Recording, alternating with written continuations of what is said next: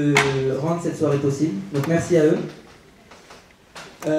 Si vous étiez là la semaine dernière, nous avons parlé des freins et des leviers du développement du continent africain. Et cette semaine, on va explorer un tout autre domaine. Et on va parler d'un sujet qui vous concerne tous, puisqu'on va parler de nous, les jeunes, et la jeunesse française. Et pour cela, j'ai le plaisir d'accueillir François Dubet, qui est sociologue, directeur d'études à l'EHESS, professeur émérite à l'Université de Bordeaux.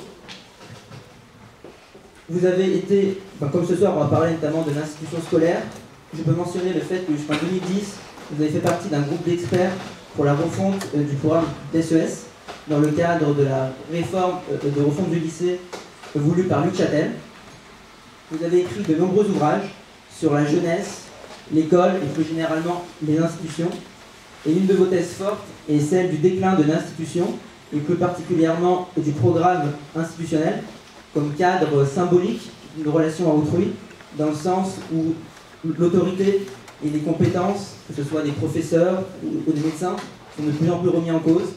Et cette désanctuarisation des institutions déboucherait sur des formes d'institutions qui seraient plus politisées, qui seraient mises au service de l'action publique.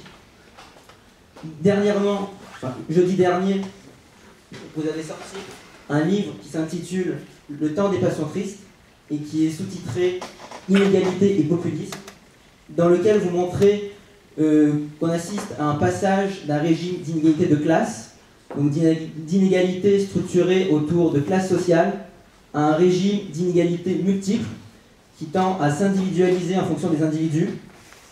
Et plus encore, votre dernier livre est un appel à l'indignation, mais à une indignation qui serait une valeur positive et qui permettrait l'action collective et les mouvements sociaux et qui déboucherait finalement sur une transformation du social et une réduction des inégalités. Mais pour revenir au thème de la conférence, on va discuter ce soir de votre ouvrage paru l'année dernière et qui s'intitule « Trois jeunesses, la révolte, la galère et l'émeute ». Puisqu'en effet, le titre que nous avons donné à la conférence de ce soir, c'est la question de savoir si la jeunesse est à bout de nerfs aujourd'hui. Et cela part d'un constat qui est que les jeunes sont de plus en plus mobilisés, de plus souvent dans la rue, sont souvent dans la rue, et même si c'est une constante historique, on ne peut que remarquer la fréquence avec laquelle les jeunes se mobilisent actuellement, que ce soit l'année dernière contre l'instauration de Parcoursup, ou dernièrement contre la hausse des frais d'inscription pour les étudiants étrangers à l'université, ou même pour des sujets qui dépassent les seules préoccupations de la jeunesse, qui est notamment le climat, avec ces marches pour le climat, qui ont lieu régulièrement et dont une prochaine mobilisation est prévue vendredi. Donc dans ce livre, vous proposez un récit socio-historique des mutations de la jeunesse, des continuités et des discontinuités des jeunes en 3 temps. Vous vous intéressez tout d'abord aux jeunes des années 60 et au cœur des événements de mai 68, puis aux jeunes des années 85-95 et enfin à la jeunesse d'aujourd'hui. Et quand vous évoquez la jeunesse d'aujourd'hui, vous parlez d'une double tyrannie qui affecte les jeunes aujourd'hui. Et c'est peut-être par là que vous allez pouvoir commencer à nous expliquer vraiment qu'est-ce que traversent les jeunes aujourd'hui et si la jeunesse apparaît comme étant à bout de nerfs. Merci, la parole est à vous.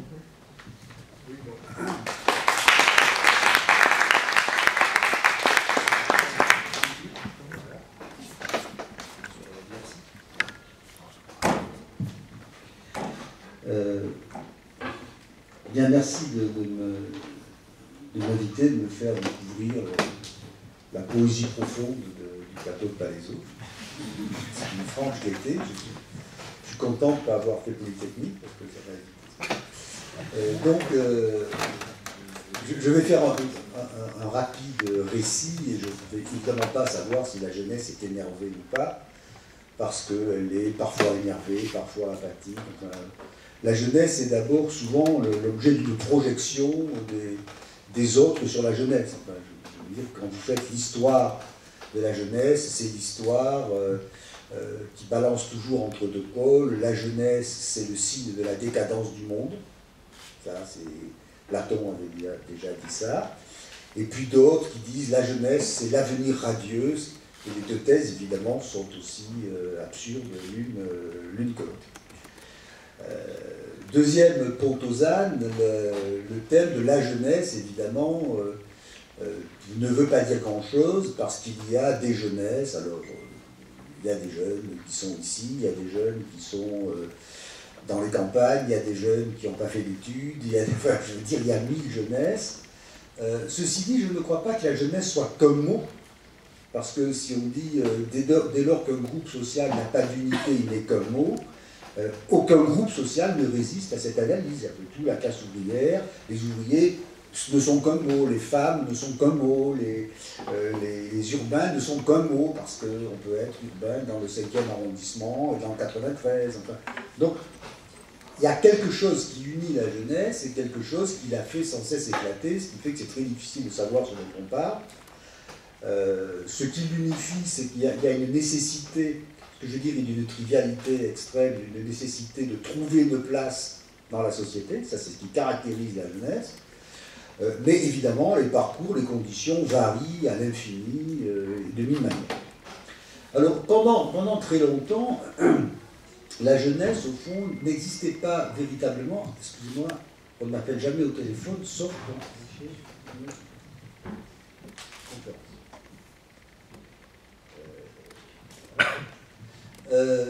Donc, pendant très longtemps, la jeunesse était une phase de la vie extrêmement courte, d'une certaine façon, et parfaitement programmée. Je veux dire, on a vécu dans des sociétés où les filles deviendraient des ménagères comme leur mère, où les garçons deviendraient des ouvriers comme leur père. On leur donnait une petite période de récréation entre l'enfance et le mariage, le service militaire. Et comme le disait Sartre, la jeunesse qui s'allonge est un privilège bourgeois. D'une certaine façon, les autres n'ont pas vraiment la chance d'être jeunes. Alors à partir des années 50, c'est quelque chose qui va se casser progressivement, et notamment parce que les sociétés s'enrichissent, parce que la mise au travail se fait de plus en plus tard, et parce qu'il y a de la mobilité sociale, c'est-à-dire les positions que l'on va acquérir ne sont pas totalement programmées par la naissance. Je veux dire que, au fond, la jeunesse a partie liée au système scolaire et qu'entre la position enfantine et la position adulte, il y a tout ce qui va se passer dans l'école et qui va durer de plus en plus longtemps. J'avais fait ma thèse il y a très longtemps sur la jeunesse, dans les début des années 70, et statistiquement, les jeunes, c'était 14-18 ans. Bon, aujourd'hui, c'est 14, 30 ans, et dans certains pays, 35 ans, enfin, ça s'allonge sans cesse, et avec des indicateurs statistiques que vous maîtrisez mieux que moi, plusieurs mises en couple avant de s'installer véritablement, l'âge de la naissance des premiers enfants se retarde sans cesse, l'accès à un emploi stable se retarde sans cesse, donc la jeunesse s'allonge. Alors, on peut dire qu'il faut lire l'histoire de la jeunesse selon deux axes, à mon avis. Un axe qui est culturel, c'est-à-dire une conception sociale, culturelle de ce que c'est que d'être jeune, les droits, la culture, les manières d'être que l'on accorde aux jeunes, et de l'autre côté, une conception structurelle, c'est-à-dire quelle est la nature du jeu social qui va permettre d'accéder à des positions d'adultes. Pour ceux qui ont fait des prépas SES, il y avait un sociologue que j'aimais beaucoup, dont on ne parle plus, qui s'appelait Merton, et qui analysait la vie sociale comme ça, en disant qu'il y a une sorte de tension permanente entre les modèles culturels et les mécanismes sociaux d'accès aux positions, aux inégalités, aux ressources, etc. Alors dans les années 60, il y a quelque chose qui va être extrêmement caractéristique et qui va envahir, qui pour vous est complètement banal, mais qui va envahir le monde industriel occidental, c'est que la jeunesse apparaît sur la scène avec une singularité, une culture, des droits. Moi j'appartiens à j'ai beaucoup changé, mais j'appartiens à la première génération jeune, d'une certaine manière. C'est-à-dire que j'appartiens à la première génération qui a eu le droit d'être jeune, de faire du rock, de s'habiller autrement que les vieux, d'avoir des flirts, des copines. J'ai eu le droit d'être jeune, ce que mes parents n'ont pas eu vraiment. Alors j'ai eu ce droit parce qu'on a ouvert les portes du lycée, parce qu'on était devenus plus riches, et cette culture juvénile est apparue, si je remonte à des souvenirs très anciens, le monde adulte trouvait ça absolument invraisemblable, le rock'n'roll, c'était horrible, c'était vraiment... au fond, il y avait une sorte, beaucoup de livres ont été consacrés à ça, une sorte de conflit de génération entre des adultes qui n'avaient pas été jeunes et des jeunes qui revendiquaient le droit d'être jeunes à travers une culture juvénile, d'une formidable niaiserie. Les chansons des yéyés, etc. Franchement, c'était pas de la philosophie, mais c'était jeune. Voilà, c'était jeune, c'était gai, c'était sympa. Et ça disait quand même quelque chose. On a le droit d'avoir une vie autonome, personnelle, avant de devenir aussi triste et aussi vieux que vous. Voilà. En même temps, sur le plan structurel, pour dire les choses simplement, la jeunesse est extrêmement clivée entre celle qui va faire des études, alors les héritiers pour parler comme ça, mais de plus en plus de jeunes qui ne sont pas des boursiers, qui sont des jeunes suffisamment bons scolairement pour entrer au lycée, mais qui ne sont pas le modèle du boursier, c'est-à-dire Albert Camus, enfant pauvre et vertueux, mais exceptionnellement doué à l'école, qui va s'élever, simplement des élèves moyens. Et vous avez un indicateur très simple, c'est le taux de bachelier. Le taux de bachelier, je vous le rappelle, c'est 2% en 1902, pas beaucoup de monde. C'est 5%, 6% en 1946, c'est pas beaucoup de monde. C'est 15% en 1965, 20% en 68. Ça va grimper à 35%. Et puis après, à 86, on double la mise, on va atteindre 70-80% très vite. Donc, la jeunesse apparaît, s'allonge dans cette période-là, avec une tension, au fond. Il y a une jeunesse qui étudie, une jeunesse qui travaille, mais qui partage quand même ce sentiment, les uns et les autres, d'être jeunes. Et au fond, on peut vous donner 1000 interprétations de 68, mais 68, c'est quand même une affaire qui n'est pas que française. C'est une affaire de jeunes, alors qui vont transformer la niaiserie de la culture juvénile en culture critique. Voilà. Qui vont réclamer le droit d'être jeune, le droit d'être libre, le droit de faire un certain nombre de choses qu'ils n'avaient pas la possibilité de faire aussi facilement. Et ça va se passer, c'est très intéressant, d'ailleurs c'est une énigme historique, ça se passe au même moment en Italie, dans les pays de l'Est avec une répression qui fait que ça ne dure pas, sur les campus américains, en Allemagne, voilà. Et on est dans ce moment où vous avez à la fois des clivages de classe très forts, la jeunesse qui s'embourgeoise, et de l'autre côté une sorte de libéralisme culturel qui s'installe, ce qui fait d'ailleurs que beaucoup d'intellectuels en France détestent 68 parce que c'est le début de la fin de la civilisation, en fait. C'est le début du bordel. Beaucoup de gens, d'ailleurs, qui étaient d'anciens gauchos de 68 sont devenus... se détestent eux-mêmes, enfin, d'une certaine façon, ce qui n'est jamais très simple. Bon.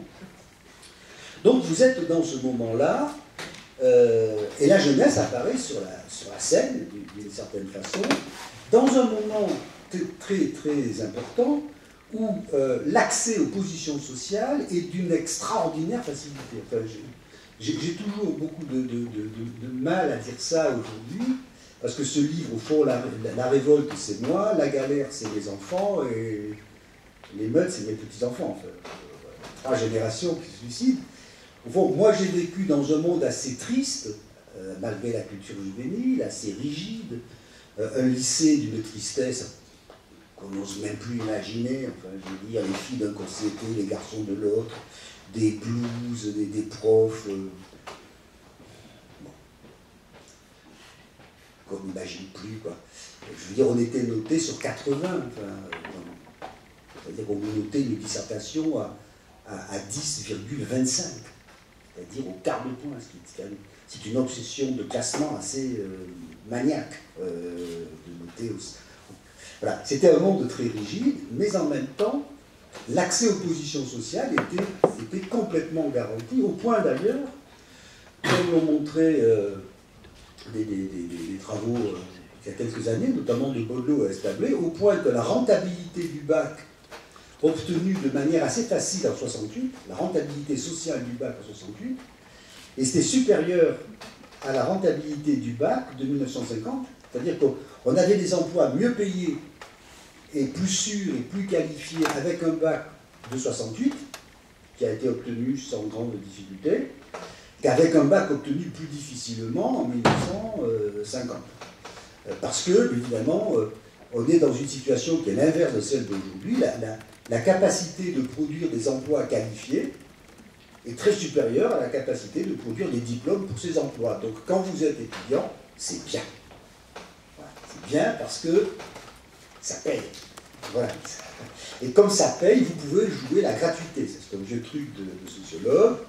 Au fond, vous pouvez faire les affaires, vous pouvez faire vos études pour le fun, parce que vous êtes sûr qu'à la fin, vous passerez à la caisse. C'est peut-être pas le monde que vous avez connu. Faire des études pour le fun, c'est disant de toute façon, ça paiera. Voilà. Donc, on fait des maths parce qu'on aime ça, mais aussi parce que c'est plus rentable. À partir de là, je crois qu'on a un double mouvement qui va s'opérer. D'une part, le thème de l'autonomie de la jeunesse, du droit d'être jeune, du droit d'avoir sa vie, du droit de fréquenter qui on veut, du droit d'être seul dans sa chambre avec un panneau interdit d'entrée. Vous avez peut-être eu dans votre adolescence du droit du ça ne te regarde pas, enfin, etc., est complètement rentré dans les mœurs, c'est même développé. Beaucoup de travaux montrent que ça commence de plus en plus tôt. Le thème des adolescents, c'est-à-dire des gamins qui, dès la 5e, mettent un panneau interdit d'entrée, ma vie privée ne vous regarde pas, etc. Et puis ça s'allonge parce qu'il y a, au fond, une sorte de rupture dans la continuité des modes de vie. C'est-à-dire que jusque-là, je vais à l'école, j'ai le droit d'être jeune, je travaille, je fais des enfants, c'est fini. Tandis que maintenant, je travaille, je vais à l'école, je reviens, j'ai des copains, je vis en couple, je change de couple. Enfin, je veux dire, on devient adulte assez tard, au bout de vie, quand on les regarde de près, qui sont beaucoup moins programmées qu'elles étaient. Ça, c'est une tendance qui, à mon avis, a continué, c'est même considérablement accentué, en installant au fond un impératif culturel qui est l'impératif de l'autonomie personnelle. Au fond, la valeur essentielle, c'est je mène la vie que je veux mener. Je mène la vie que je veux mener, je choisis mes copains, mes copines, mes goûts, avec tout un monde que vous avez connu, un monde très étrange dans lequel il faut que j'ai les mêmes goûts que les autres pour participer de la vie juvénile, mais il faut que je me singularise personnellement des goûts que je partage avec les autres pour apparaître comme quelqu'un de singulier. Donc, souvenez-vous de vos vies de lycée avec toutes les tribus très particulières de ceux qui aiment ce groupe, cette musique, cette littérature, cette couleur de cheveux, etc.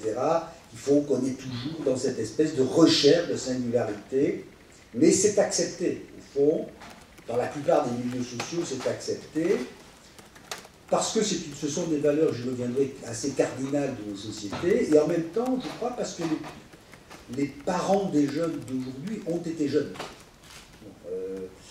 Donc, l'idée de conflit de génération me paraît assez faible de ce point de vue-là. Il n'y a pas le monde des vieux qui croient à des vieilles valeurs et le monde des jeunes qui croient à des valeurs différentes et plus libérales. D'ailleurs, quand on regarde les enquêtes d'opinion,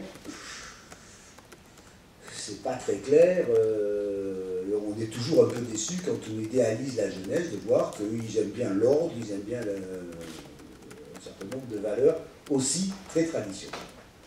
Ça, c'est une ligne de lecture qu'on pourrait interpréter culturellement, alors à la manière de des lectures traditionnelles de la modernité, promotion de l'individu, libéralisme culturel, etc. Bon. Le second grand changement, et qui lui est de nature complètement différente, c'est que le rapport, l'accès aux positions sociales va devenir complètement nouveau.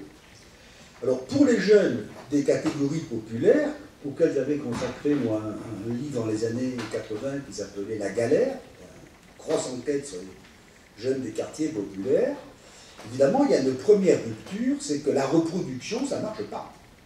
C'est-à-dire que les parents étaient ouvriers dans des grandes entreprises industrielles, notamment les parents qui étaient des immigrés et qui avaient pensé que leurs enfants occuperaient les positions, et quand les enfants arrivent dans les années 80 sur le marché du travail, eh bien, il n'y a plus ces boulots, il n'y a plus ces affaires-là. On est toujours dans l'idée d'une société où il y a une sorte de reproduction mécanique, mais quand vous regardez les choses de près, les gens ne changent pas de niveau social, mais ils n'occupent plus les positions de leurs parents, tout simplement parce que les positions des parents ne sont plus là. Donc moi j'ai étudié ça, j'ai appelé ça la galère, c'est-à-dire ces gamins qui ont fait des études comme on en fait traditionnellement, comme dans un milieu populaire, et qui arrivent sur un marché du travail où on leur dit, ben, on leur dit pas il n'y a pas de place pour toi, mais les places qu'il y a sont... Tu n'as pas été fabriqué pour les places qu'il y a, ou les places ne sont pas fabriquées pour toi. D'où sentiment qui va s'installer très fortement d'exclusion, de discrimination, de racisme, etc. C'est un b.a.-ba d'analyse sociologique. Les parents étaient fortement discriminés, mais se sentaient très peu discriminés parce qu'il y avait des positions sociales qui leur étaient attribuées. Les enfants sont beaucoup moins discriminés que ne l'étaient leurs parents, mais eux, ils pètent un câble parce qu'il n'y a plus de position sociale qui les attend. Ça, c'est le premier changement pour les jeunesses populaires, absolument tragique. Ils sont de plus en plus libres, parce que le monde est plus ouvert, plus généreux, plus sympathique, mais on n'est plus dans on a perdu, au fond, les bénéfices de sécurité de la reproduction sociale programmée. Première ligne d'analyse, et ça, c'est les années 80-90 qu'on appelle la crise. Et donc, ce qui est intéressant, d'ailleurs, c'est qu'intellectuellement, en France, on vit ça comme une crise, c'est-à-dire comme une rupture de l'ordre harmonieux des 30 Glorieuses, mais ça devrait passer. C'est ça, l'idée de crise, c'est que tu nous fais une crise, mais on va revenir à l'état normal. J'en veux beaucoup, d'une certaine façon, à tous ceux qui n'ont cessé de dire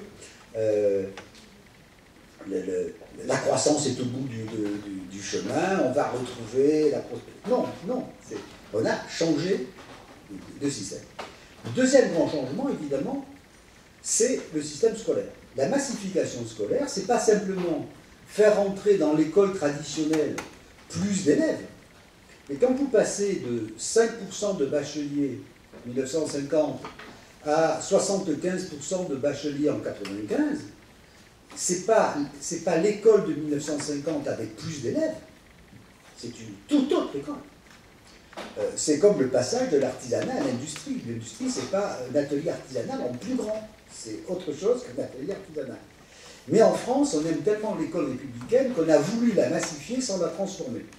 Ça c'est une de nos maladies nationales, je vous en parlerai si vous avez des questions là-dessus. On a dit, on a une école tellement formidable qu'on va faire rentrer tout le monde, mais on ne va pas la changer parce que, au fond, elle est tellement vertueuse, etc. Mais ça a changé en réalité. Et ce qui a changé, évidemment, c'est qu'au lieu d'avoir des trajectoires scolaires directement déterminées par la naissance, tu es une fille, tu vas là. Tu es un garçon, tu vas là. Tu es un gosse de riche, tu vas là. Tu es un gosse de pauvre, tu vas là. Et si tu es un peu malin, tu vas glisser d'un truc à l'autre. Parce que je rappelle que sur l'ascenseur social, mais c'est vous les statisticiens, c'est pas moi, il montait beaucoup parce que très peu de gens l'empruntaient quand même, sur la mobilité sociale. Et quand il y a de plus en plus de monde qui veulent l'emprunter, ben l'ascenseur, ça alourdit un petit peu. Mais ce qu'on va changer, c'est le mode de production des carrières scolaires. Là, on est dans un monde, au fond, où la naissance détermine quasi directement la carrière. Tandis qu'on va rentrer dans une école qui va fonctionner sur un autre mécanisme, qui est le mécanisme de la distillation fractionnée. C'est-à-dire, tout le monde rentre dans la même école, quelle que soit son origine sociale, quel que soit son sexe. Alors on pourra discuter que le collège Pablo Neruda de la Seine-Saint-Denis, c'est pas le même collège que le collège Victor Louis de 6e arrondissement, on est d'accord.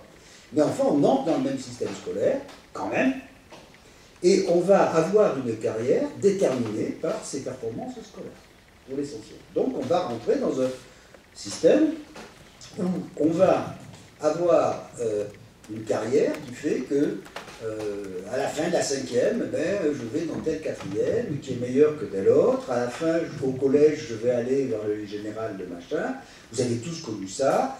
Est-ce que tu fais S? Est-ce que tu fais ES? Est-ce que tu fais machin? Est-ce que tu as une mention? Est-ce que tu as un an d'avance? Enfin bon, vous faites partie des gens qui ont des mentions ou des années d'avance. Mais au fond, le système scolaire que vous avez connu s'est apparenté à un grand tournoi de tennis. C'est-à-dire, à chaque tour sélectif, la moitié dégage. Et c'est très important en termes de mode de production des inégalités, parce que ça n'est plus un effet structurel direct, mais c'est un effet d'agrégation de petites inégalités de parcours.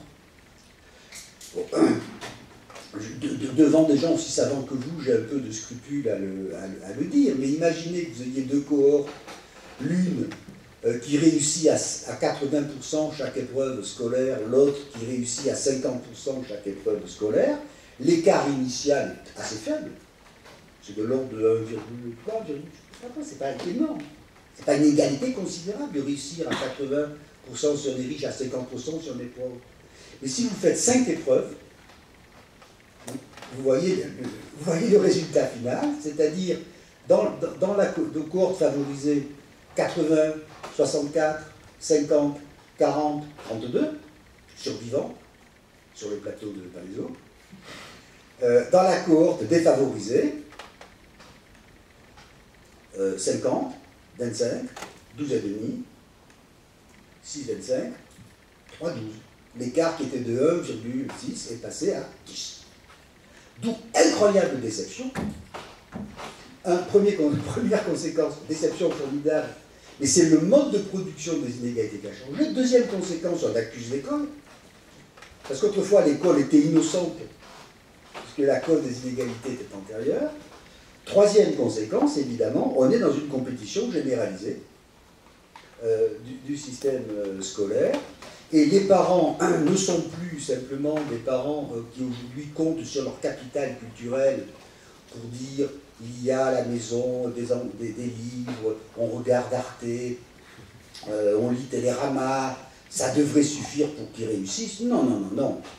Pas vos parents qui sont des gens adorables, mais les parents des autres qui sont comportés comme des coachs sportifs, visant la langue rare, le machin, le truc, les loisirs intelligents, l'anglais fluide.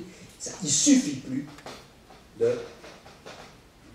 Et là, vous êtes dans une autre figure du libéralisme, qui est le libéralisme, et dans ma bouche, ça n'a rien de péjoratif, c'est que l'école fonctionne, n'est pas un marché, mais elle fonctionne comme un marché, et comme un marché dans lequel toutes les catégories sociales qui bénéficient de ce système ont intérêt à ce que ce système soit inégalitaire.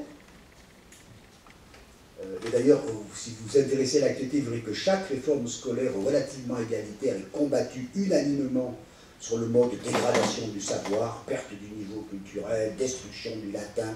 Le latin me fait rire aux larmes, puisque le latin, c'est la manière de regrouper des enfants blonds.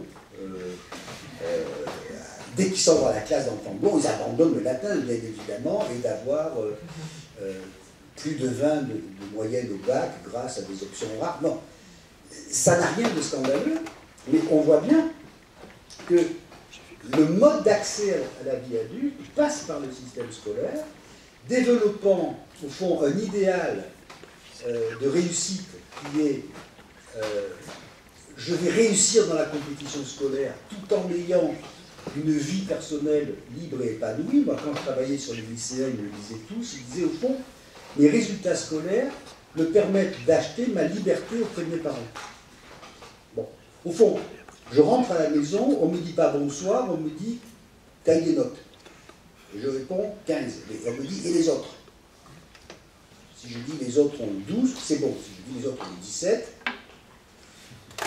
ça va être un peu désagréable. Bon. Donc, je vais performer scolairement en échange de ma liberté. Et d'ailleurs, je le signale, on est tenté de considérer qu'un échec scolaire est l'indicateur d'un trouble, d'une souffrance personnelle, au fond. C'est ça qui va intéresser, qui va mettre la puce à l'oreille des parents, des psychologues, etc.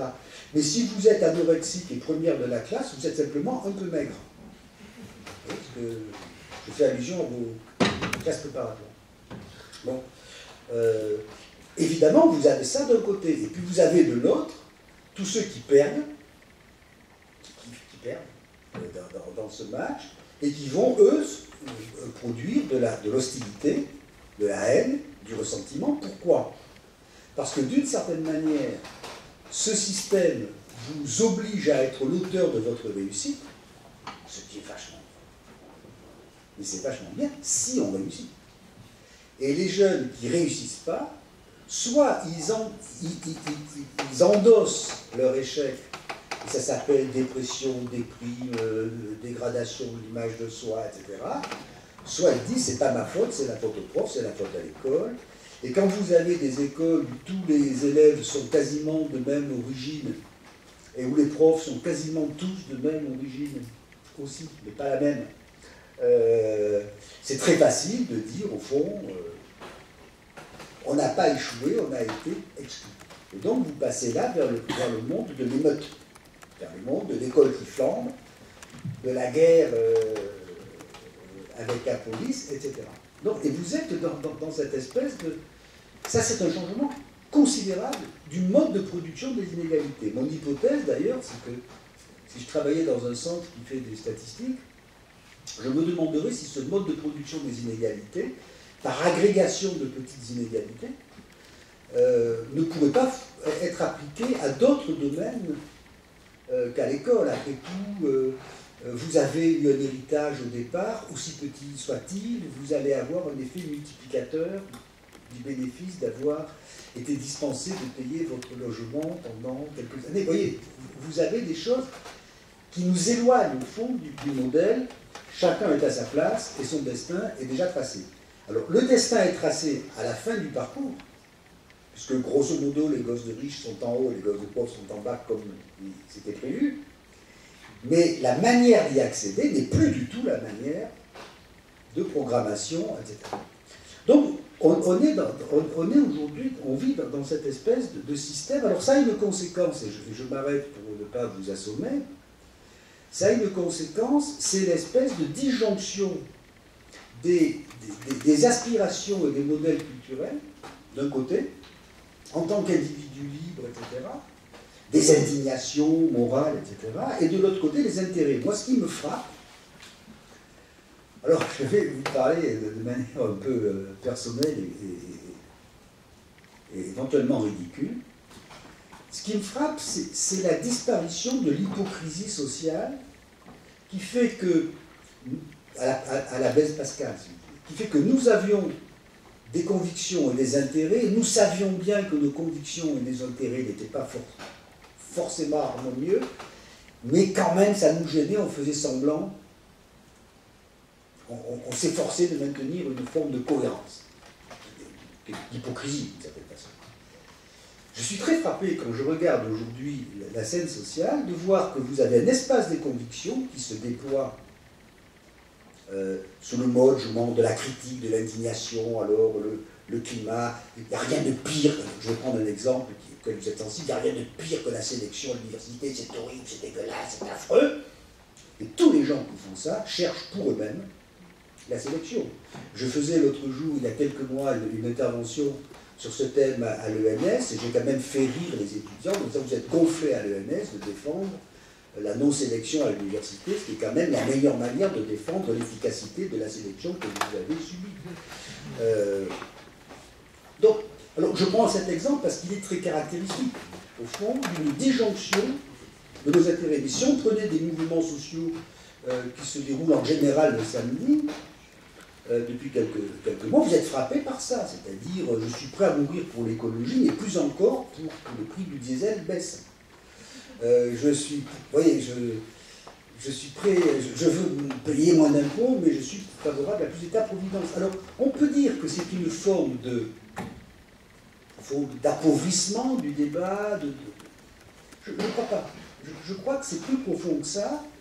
C'est qu'aujourd'hui, nous vivons dans une société qui croise de manière assez tendue et conflictuelle une vie sociale organisée comme, au fond, un système. Alors, il y a des institutions, tout ça n'est pas sauvage, mais comme un système de compétition continue, dans lequel, par exemple, j'ai intérêt à rechercher les diplômes les plus rares et les plus sélectifs, parce que c'est les plus rentables. Bon. Et de l'autre côté, je suis aussi un acteur moral et culturel, post-matérialiste, qui veut son épanouissement personnel. Au fond, la tragédie de l'étudiant s'est accentuée. La tragédie de l'étudiant était comment faire un choix qui soit celui de la vocation intellectuelle que je pense avoir, étudier ce qui m'intéresse, mais il faudrait que ce qui m'intéresse soit aussi intéressant. Donc, si vous n'êtes pas vraiment matheux ou scientifique, ça devient très compliqué. Si ce qui vous intéresse, c'est l'archéologie, c'est bien. Les chances de devenir archéologue sont extrêmement faibles. Donc, il vaudrait mieux... Et donc, vous êtes dans cette espèce de... Nous sommes tous dans cette espèce de tension permanente, mais qui se retrouve à tous les niveaux du système. Si vous vous intéressez à la culture des jeunes de banlieue, vous avez à la fois un monde hyper moral,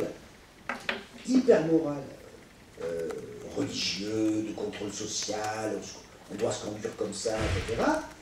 Et puis le monde, et en même temps, c'est un monde de capitalisme sauvage, pour ne pas dire le gangster. Mais c'est pas vécu comme une contradiction, je peux vous dire. C'est l'idée qu'on vit dans ces deux univers. Alors, le privilège de ceux qui sont en haut, c'est que la tension entre cet impératif d'épanouissement personnel et cet accomplissement des intérêts sociaux est relativement gérable. Et quand vous descendez dans la vie sociale, quand vous descendez dans la hiérarchie sociale, évidemment, cette tension est de plus en plus forte. Elle est de plus en plus pénible, ce qui fait que être jeune, c'est à la fois une sorte de suspension du temps extrêmement agréable. D'ailleurs, beaucoup d'étudiants veulent être étudiants, pas forcément pour faire des études, mais pour rester jeune, avec quelque chose comme encore une minute, monsieur le bourreau, avant de rentrer quand même dans le monde sinistre du mariage, etc. Enfin, j'ai dit une bêtise. Bon, monde sinistre. Voilà. Et de l'autre côté, vous avez aussi des jeunesses qui est une épreuve. On le voit très bien dans les enquêtes que je faisais auprès des étudiants. Les étudiants vous disent, au fond, être étudiant. Je parle d'étudiants de l'université de Masse, de sociologie, d'histoire. C'est quand même vachement bien. On a du temps, on a des copains, on dit ce qu'on veut, on fait ce qu'on veut. Et puis quand ils approchent de 24, 25 ans, ils vous disent, bon, ça a assez duré d'être jeune. Voilà, ça a assez duré. Il y a un moment quand même où il faut rentrer dans ce monde réel. Donc je crois qu'on est là-dedans, c'est pas une crise, de mon point de vue, et je refuse ce thème en disant, il y a eu un âge d'or, il faudrait y revenir.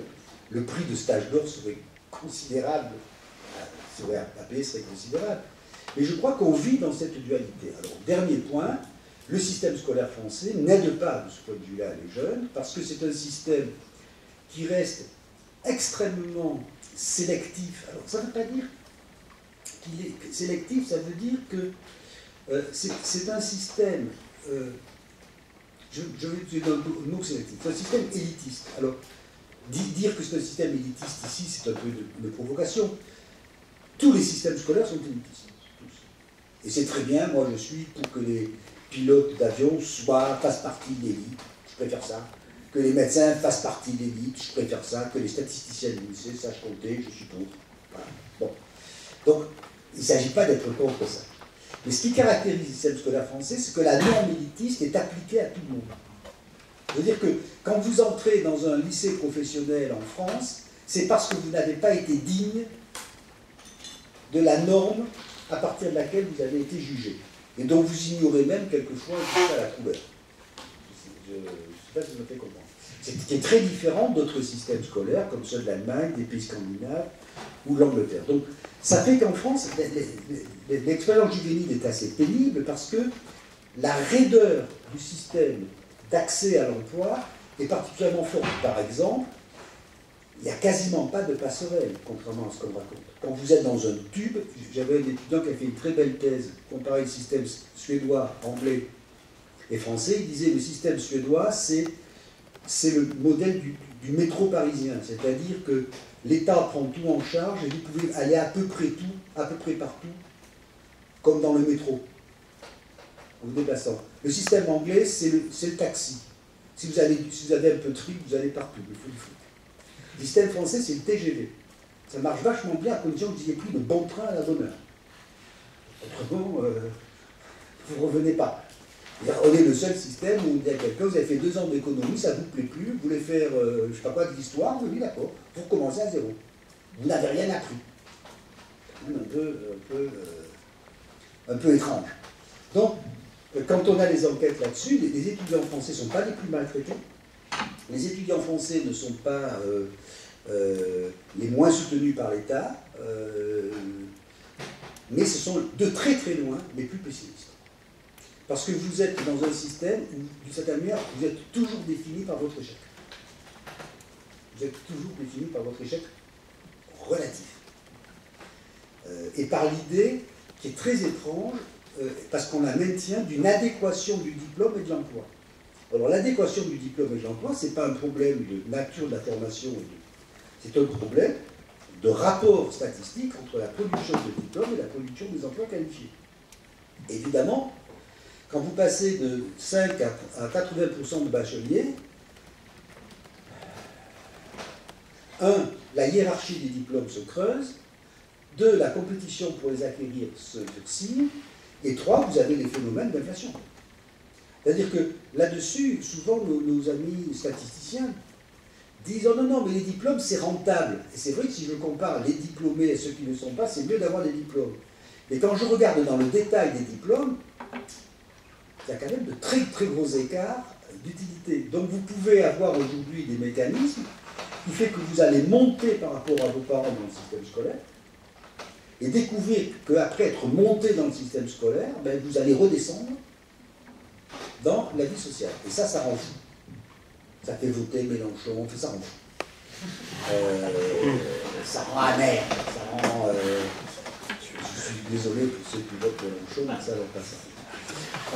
Voilà, donc, il faut bien comprendre qu'il y a une sorte de tension permanente entre ce modèle subjectif de réalisation de soi et la transformation des mécanismes de production. Ce qui fait que la jeunesse, elle est énervée, pas énervée, apathique, et vous allez avoir des mouvements purement des croisades morales, sympathiques, sur le climat, etc., etc., et de l'autre côté, des pratiques compétitives ultra assumées, sans que ça soit perçu comme une contradiction qu'on vit comme ça. J'ai été trop long, mais après tout, j'ai fait un long voyage. Non, c'était parfait. Je voulais juste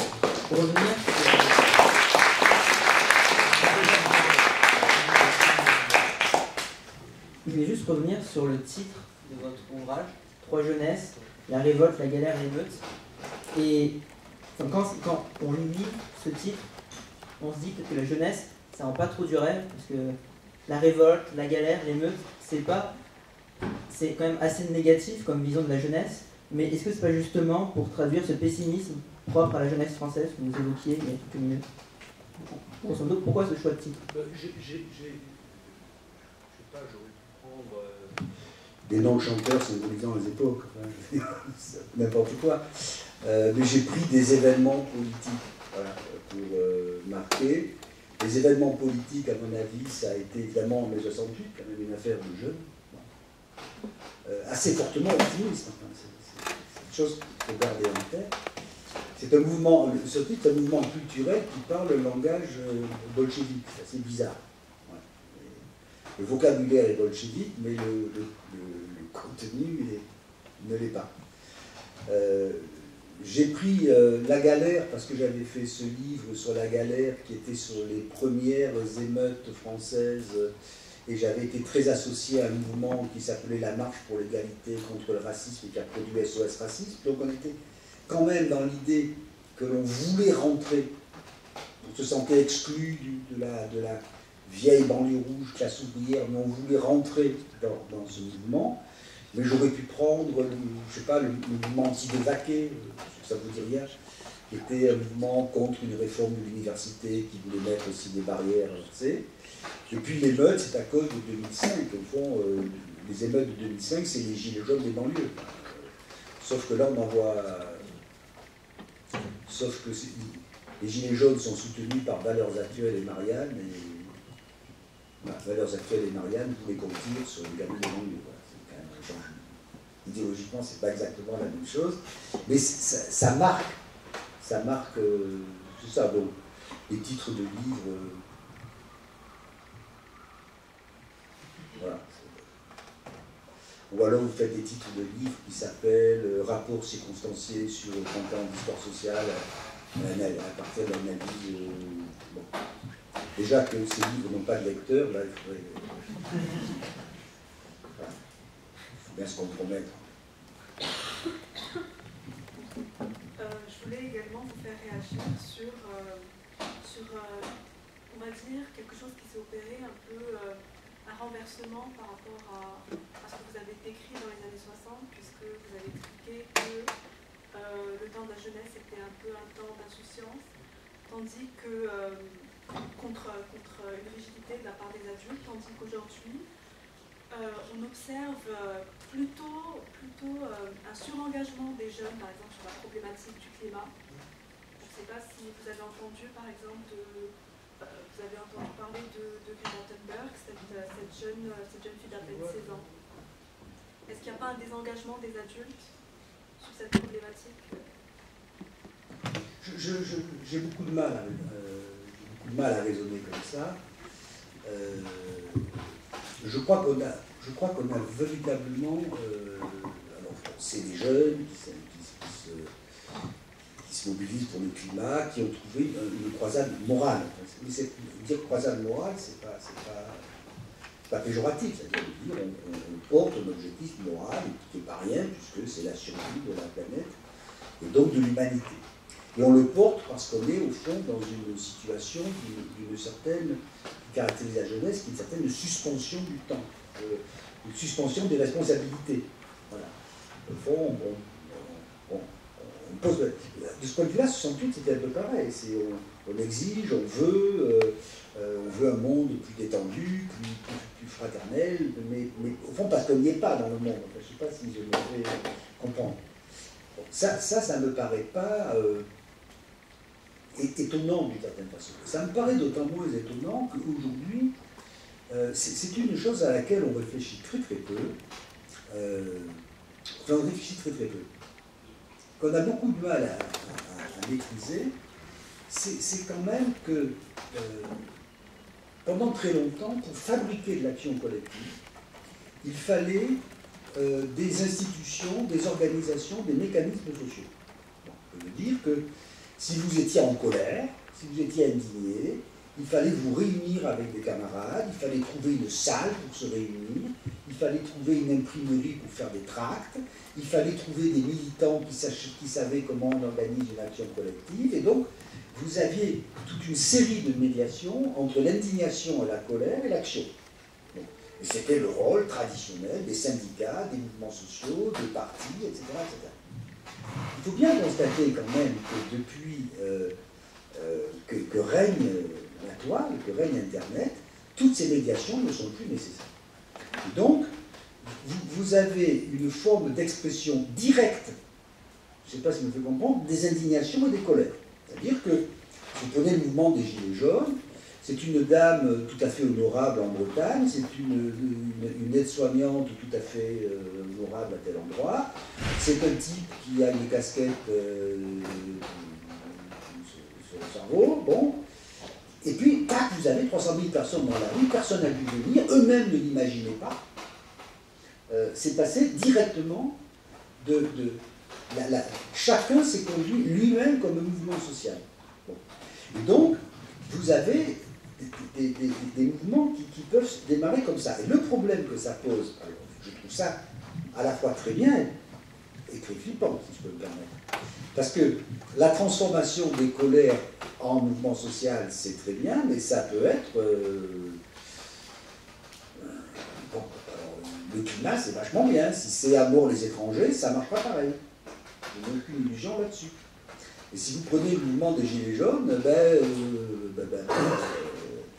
vous avez à peu près tout et le contraire de tout, parce que vous n'avez plus ces mécanismes politiques, institutionnels qui obligent, comme le faisaient les syndicats, les organisations, les partis, à trouver du commun, une forme de rationalité, etc., etc. Donc je crois qu'on est rentré dans un temps de croisade morale d'un côté, d'indignation d'un côté, ce que je trouve très bien. Alors les jeunes le font, c'est encore mieux. Mais ça va nous poser un problème, c'est comment transformer des indignations en action. C'est le problème qu'ont les Espagnols qui ont créé un mouvement formidable qui s'appelait Los Indignados et qui est devenu... bon, on est indigné, ok, mais après il faut faire quelque chose. Et ils ont fait un parti qui s'appelle Podemos.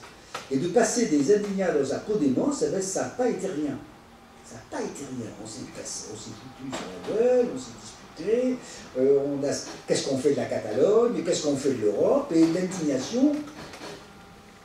Vous comprenez ce que je veux dire? Donc ça me paraît aujourd'hui être le problème dans lequel on vit. C'est-à-dire, nous avons des protestations, des sentiments d'injustice, des indignations, des colères, etc., etc. Elles s'expriment cash, comme ça, directement. Comment on passe, aurait dit le vieux Max Weber, de l'éthique de conviction à l'éthique de responsabilité? Comment tout ça?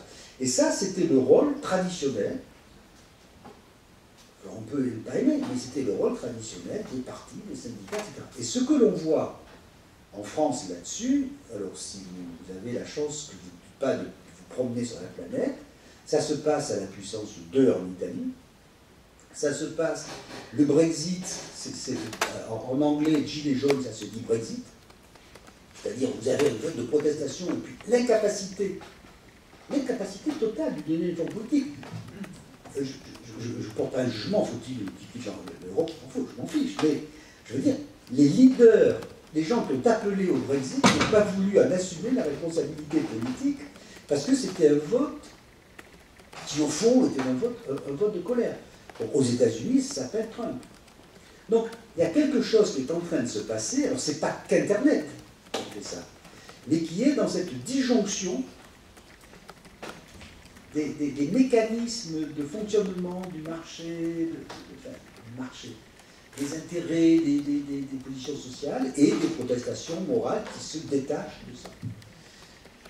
L'enjeu, évidemment, c'est que les protestations morales, notamment sur l'écologie, deviennent des pratiques collectives et des programmes politiques. Et ça sera pas aussi simple.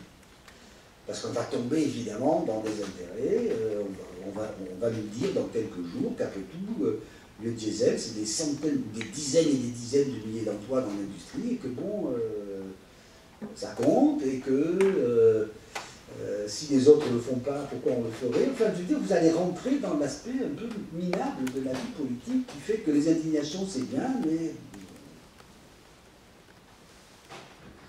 font peut-être surtout plaisir à ceux qui s'indignent. Je ne devrais pas dire ça parce que c'est pas bien de dire ça. Mais alors donc c'est bon. Voilà. Est-ce qu'il n'y a pas un parallèle à établir parce que vous avez donc décrit un système scolaire aberrant et pourtant vous avez un système qu'on peut auquel on peut reprocher beaucoup de choses et Oui, qui justifierait un pessimisme chez les jeunes. Oui. Et pourtant, vous relevez aussi dans votre livre que les lycéens étudiants défendent un système dans lequel chacun a trouvé une place et ils s'opposent à tout ce qui pourrait basculer les règles. Faire basculer les règles. Mais ça c'est sur le mouvement anti-Parcoursup, c'est très révélateur. Quand vous êtes dans un système comme ça, qui est à la fois très hiérarchisé, mais très hiérarchisé, c'est pas vrai, qui est dominé par des petites hiérarchies qui paraissent infranchissables. Les filières, les établissements, les écoles, etc. Et que vous êtes dans ce système, quand vous êtes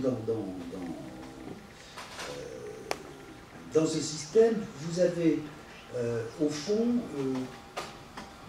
l'idée que si on touche, donc c'est ça qui nous frappe, et c'est pas nouveau tout de suite, ça date dès les années 70, vous avez le sentiment que si on touche à quelque chose, ça sera pire. Donc vous êtes dans une sorte de rhétorique permanente. Pour ceux qui parmi vous ont fait du syndicalisme étudiant ou en auraient fait, etc. Des rhétoriques permanentes qui est il faut tout changer, mais si vous déplacez une chaise, on pète un câble. Je ne sais pas si je me fais bien comprendre. C'est-à-dire qu'il faut tout changer parce que moralement le système n'est pas acceptable, mais si vous changez un peu la règle du jeu, je suis à peu près sûr que je vais y perdre. Vous comprenez ce que je dis. Et ça domine complètement le système scolaire. Bon, par exemple, la critique du lycée français, traditionnellement, c'était la critique des filières du bac. C'est quand même incroyable, on remplit les terminales S de gamins qui n'aiment pas les maths, ou qui vont là parce que c'est la bonne filière, donc ceux qui aiment les sciences sociales ou la littérature sont traités comme des êtres inférieurs. Et je ne parle même pas de ceux qui font des bacs techno et de bacs pro qui appartiennent à une sous-humanité, etc. Bon. Tout le monde critique ça. Tout le monde critique ça. Je ne vais pas défendre Blanquer, je vous dis dessus. Et lui dit, bon, on va faire notre truc, on va ouvrir l'espace des choix personnels, qui fait qu'on aura des inégalités interindividuelles et puis des inégalités entre les tubes où on met les individus. Et crac, vous lisez la critique, il n'y avait rien de plus vertueux que la filière S, la filière machin. C'est devenu un enjeu de civilisation que de défendre le bac. Autre exemple, on dit les notes du bac, c'est quand même, on le sait, c'est un examen au fond qui a une double nature, vous l'avez passé. D'un côté, c'est un certificat de fin d'études secondaires, qui d'ailleurs très étrangement a été accordé à de plus en plus de candidats au fur et à mesure que le système se massifiait. C'est très étonnant, on aurait pu dire. Le système accueille de nouveaux étudiants, lycéens, comme ils sont plutôt moins bons par définition que ceux qui étaient déjà là, le nombre de reçus va baisser. Non, le nombre de reçus augmente mécaniquement. Quand j'ai passé le bac, le niveau était déjà très bas, en 1964 ou 5. Le taux de reçus aux deux bacs était de 50% par session. Donc c'était... il fallait quand même faire un petit effort pour l'avoir. Bon. Donc d'un côté, aujourd'hui, c'est un certificat de fin d'études secondaires, et de l'autre, c'est un pré-concours d'entrée dans l'enseignement supérieur. D'ailleurs, vous le savez, l'orientation en classe prépa se fait à bac ou pas bac, sur d'autres critères. Voilà. Et vous aviez toute une critique de ce système. On commence à dire, on va peut-être sélectionner les étudiants en fonction d'autres choses que les notes au bac. On va les sélectionner en fonction des notes de contrôle continu, on va mettre éventuellement un oral, enfin, on va leur demander, ce qui est un peu ridicule, une lettre de motivation, enfin on va rentrer des critères subjectifs. Et là, je lis beaucoup cette littérature, le bac devient le garant incontestable de l'objectivité du jugement scolaire républicain universel. On vous le dit, on vous dit même que ça va être terrible, les filles vont se faire tuer encore plus qu'avant, les garçons d'origine immigrés vont se faire massacrer parce que les profs sont tous racistes. C'est-à-dire que il y a un livre que vous avez tous lu, je suppose, qui s'appelle « 2 siècles de rhétorique réactionnaire » de Kirchmann. Vous avez un premier argument qui est « changer, c'est pire ». Deuxièmement, ça ne sert à rien. Ça sera toujours pareil. Et troisièmement, au fond, derrière tout changement, il y a un complot pervers caché. Là, le complot s'appelle néolibéralisme. Néolibéralisme, c'est vachement bien parce que ça marche à tous les coups, dans toutes les circonstances. Il n'y a pas de problème à se poser. Je ne veux pas dire que je ne crois pas que ça n'existe pas, le néolibéralisme. Mais quand vous avez une cause universelle, ça devient scientifiquement suspect. Donc, vous êtes dans cette rhétorique. Alors, je ne défends pas ces réformes, c'est pas ça qui m'intéresse, mais vous voyez bien à quel point c'est très très difficile. Ça a été, et en France, c'est une difficulté singulière nationale d'avoir voulu massifier un système sans en changer le mode de fonctionnement. Et donc, on le change par nécessité, par adaptation, avec le sentiment de renoncement, etc. Et puis le dernier point, évidemment, c'est que quand vous regardez ce que disent les gens et ce qu'ils font, ben, les gens disent la sélection c'est terrible, et qu'est-ce que je choisis pour moi? Évidemment, la sélection. Moi j'ai même vu des AG dans ma bonne université de Bordeaux, où les étudiants adorables faisaient la sélection, c'est dégueulasse, c'est fascisme qui arrive. Hein? Et puis à la fin de l'AG, ils venaient me voir en disant bon, est-ce que tu pourrais rentrer dans le master quand même? Je leur en voulais pas. Je leur en voulais pas. Mais bon. Je ne vois pas pourquoi ils ne seraient pas normaux, si vous voulez, mais c'est devenu un peu pénible. Oui. Excusez-moi, je vous interromps, mais parce que c'est depuis le début, à chaque fois, c'est le mot on. Oui. Alors, on critique, en même temps, on protège le système. Est-ce que ce on, c'est toujours la même personne sous? Vous pouvez un peu détailler à qui vous pensez à chaque fois que vous faisiez référence à ces... Bon, le on là-dessus, sur les problèmes scolaires, par exemple, bon, ben, le on, c'est les syndicats en place. Le on, c'est la plupart des tribunes que je lis dans les journaux. Le on, c'est les sites professionnels. Voilà, je peux dire qui est on. Voilà. Non, ce que je Je veux peux dire, dire qui est on. Je veux dire, vous avez raison, mais je vais prendre un exemple là-dessus. Léon, si vous lisez la presse, dès qu'il y a des problèmes scolaires, dans la presse, les spécialistes de l'école laissent le pas aux éditorialistes. C'est-à-dire que ça n'est plus le spécialiste de l'école du Figaro, c'est l'éditorialiste du Figaro. Ça n'est plus le spécialiste de l'éducation de l'Obs, c'est... Et chaque fois, vous avez une montée en généralité sur la fin du système, c'est ça que j'appelle on.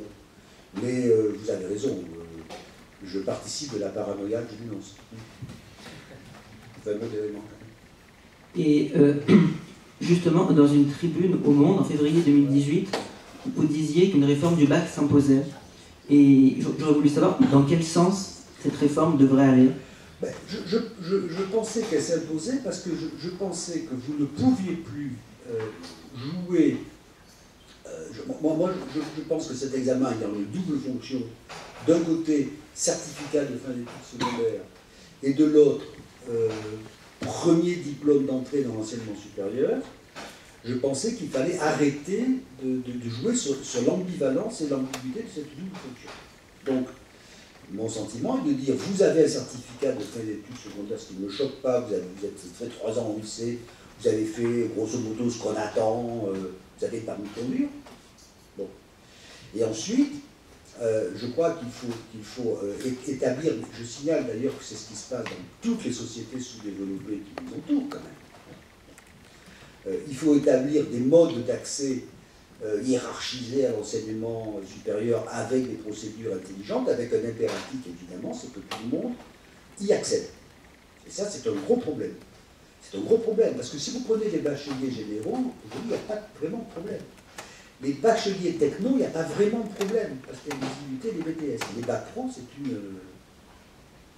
c'est une vraie catastrophe. C'est-à-dire qu'il n'y a pas de place pour eux. Et je crois qu'il faut sortir de cette sombre hypocrisie qui consiste à dire 30% des étudiants sont ultra sélectionnés. Les autres peuvent aller se faire massacrer sans qu'on leur doive rien, parce que c'est quand même ça. C'est quand même ça. Je veux dire, vous avez 800 étudiants en première année de droit dans l'université, Il y en a 400 qui ont déjà disparu à Noël, il n'en reste plus que 300 à Pâques, vous sélectionnez très peu, vous en retenez 2 sur 3, vous avez 200 étudiants, et vous partez en disant, mais on est très, nous les profs de droit, on est très vertueux parce qu'on ne les a pas sélectionnés. Donc ils ont perdu un an, ils ont coûté de l'argent à leur famille, ils n'ont pas fait autre chose pendant ce temps, ils sont dégoûtés. Voilà. Donc si on trouve ça bien, il faut le dire. Mais moi, j'ai eu l'expérience, soit au Canada, soit dans d'autres pays, de systèmes qui opéraient un mode de sélection et qui me paraissait plus vertueux pour une raison à laquelle on ne pense pas, c'est qu'une institution qui vous sélectionne, ça ne veut pas dire forcément vous brutalise, et qui vous sélectionne a une forme de responsabilité à votre égard. Je t'ai accueilli, je te dois quelque chose. J'ajouterai que tu me dois aussi d'assister au cours, par exemple, le jeu de taille. Donc, quand vous êtes dans un premier cycle de fac, excusez-moi, vous n'avez pas l'ombre d'une responsabilité. Et mes collègues, je le dis, qui disent à bas la sélection, les tuent aux examens sans l'ombre d'un état d'âme. Mais ils n'ont pas fait le sale boulot. Je ne sais pas si je me fais bien comprendre. Et d'ailleurs, les conduites des acteurs sont parfaitement évidentes. C'est-à-dire, parce que là, on est quand même dans un modèle. Aucun enfant d'universitaire ne fait ses études à l'université. Et non, évidemment. Ou alors c'est l'idiot de la famille. Il fait des classes prépa et tout ça. C'est comme dans un collège de ZEP où on dénonce le fait que les familles trahissent la République en refusant de mettre leurs enfants dans le collège de ZEP, mais aucun prof du collège de ZEP n'y a jamais mis ses gosses. Ok. Donc il y a un moment où il faudrait arrêter dans cette dualité des indignations d'un côté et des petites pratiques de l'autre. C'est pour ça que c'est très vertueux et difficile d'être réformiste.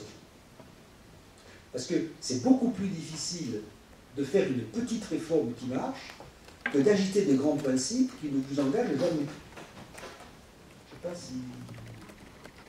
Il ne faut pas dire ça parce que c'est minable. C'est pas classe. Quoi. Le monde est abject, etc. Ben, on vit dedans. Voilà. Donc, là-dessus, oui, je désigne des hauts, véritablement, et qui sont dans cette espèce de dualité. Marie Durie et moi, on avait écrit un livre il y a une vingtaine d'années qui s'appelait L'hypocrisie scolaire. Voilà.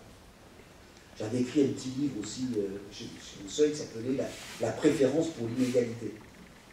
Quand on regarde les pratiques, on préfère l'inégalité. Et du coup, qu'est-ce que vous pensez de la réforme du lycée actuel?